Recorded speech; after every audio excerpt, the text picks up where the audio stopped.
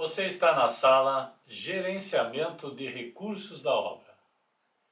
O assunto gerenciamento de recursos envolve o recurso do tipo mão de obra e envolve recurso do tipo material, equipamento e também dentro de um uso em um gerenciador de projetos como MS Project ou Primavera, ele também envolve a alocação de custos. Nós não vamos dar ênfase à alocação de custo aqui, porque basicamente o custo, se você for pensar num planejamento de recursos, ele vem junto. Então, quando eu planejo uma mão de obra, o custo da mão de obra, se eu definir ele em hora, ele já vem automaticamente se eu estiver trabalhando com alguma ferramenta apropriada de gerenciamento de projetos, como um software MS Project ou Primavera. A mesma coisa para materiais. Na hora que eu aloco um material ou um equipamento, eu posso definir ao mesmo tempo o seu valor unitário ou global e estar fazendo essa alocação. O nome, então, recursos, tem a ver com insumos. Insumos é o nome que os economistas dão para todos os meios de produção. Eu, pessoalmente, não gosto de ser considerado um insumo, né? Eu, como mão de obra, participando de um empreendimento. Mas é um nome que é utilizado.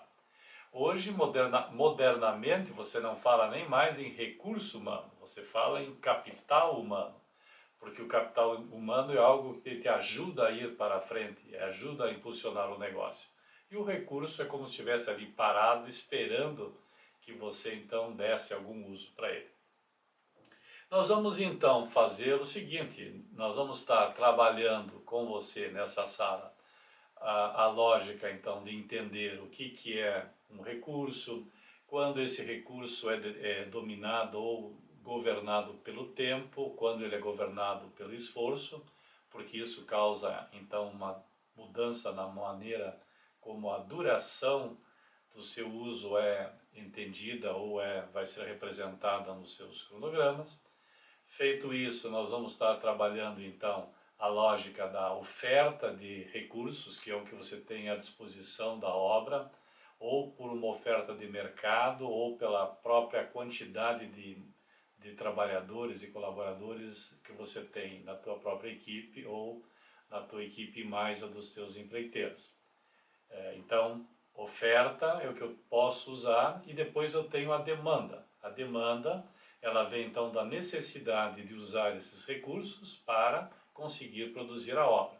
Tipicamente, se você trabalha uma lógica de orçamentação de obra formal, você vai ter lá cálculos que te levam a saber quantos homens-hora, ou homens-dia, ou homens-mês você vai precisar de cada recurso humano, de cada pessoa, de cada profissional, cada equipe para desenvolver a obra.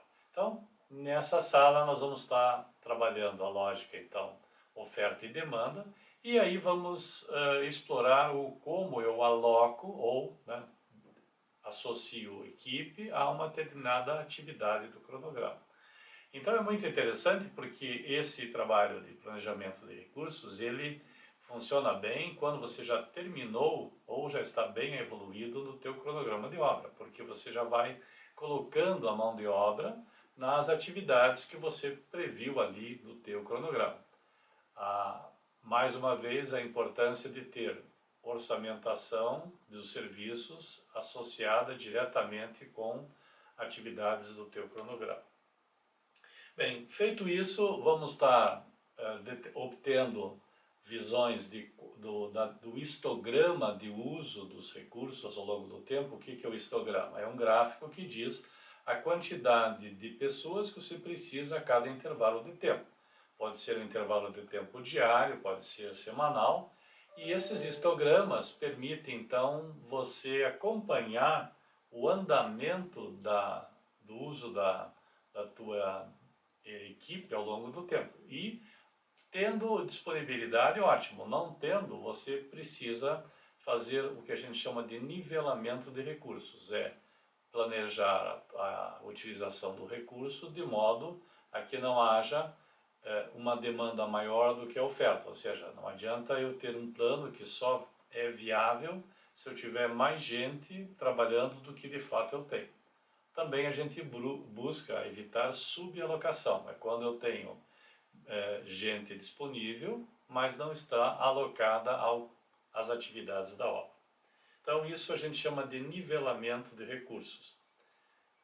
Vamos estar daí exemplificando a utilização desses conhecimentos na montagem de cronograma. Vamos fazer isso num número pequeno de atividades para que você tenha um domínio pleno sobre isso. Num planejamento de grande porte, né, uma obra de uma residência normalmente tem 300 a 500 linhas de atividades, entre atividades de detalhe, marcos de entrega, famílias e atividades, até uma obra de um prédio que pode tipicamente chegar a ter 5, 6, 8 mil linhas, dependendo do número de pavimentos. Uma indústria, normalmente você construir uma unidade fabril vai muito facilmente a 5, 6, 9, 10 mil linhas de cronograma. Então, claro, esse planejamento de recursos é feito com muita gente participando e entendendo que tipo de mão de obra vai ser necessária para aquele momento. Também a gente fala sobre detalhar só até o nível que você pretende utilizar de fato para controle. Então, se você for controlar homem-hora de cada categoria profissional, planeje então pedreiros, por exemplo, para que você depois compare as horas que você planejou de mão de obra pedreiro com as horas efetivamente gastas. Se você não for fazer isso, só quiser saber a quantidade de pessoas, planeje daí o número de pessoas.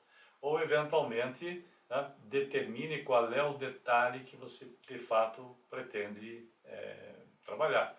Tem ocasiões em que você vai colocar equipe, em vez de colocar o nome de cada um dos participantes. Então, esses exemplos vão permitir você ter uma noção clara. Isso permite, sabendo então, demanda de mão de obra ou de materiais, ou seja, demanda de recursos, fazendo a alocação disso, levando em conta os limites que você tem de pessoas. Vai chegar ao momento em que você termina o teu cronograma, negociado e aprovado, você vai gerar uma linha base. O monitoramento e controle dele, nós aí utilizamos novamente a agenda semanal ou bissemanal, que a gente chama de cronograma de curto prazo, visto em uma outra sala gêmea a essa sala do cronograma geral da obra.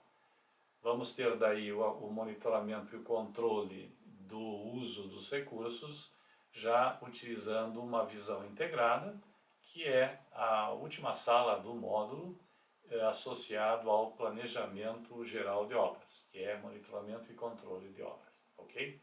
Então, aproveite bem, essa sala, ela exige uma atenção maior, o planejamento de recursos exige uma atenção, porque ele, no fundo, busca ou demanda informações mais detalhadas, fácil de fazer, mas necessário um cuidado, uma paciência um pouquinho maior, ok? Bem, bom trabalho, divirta-se com esse tema.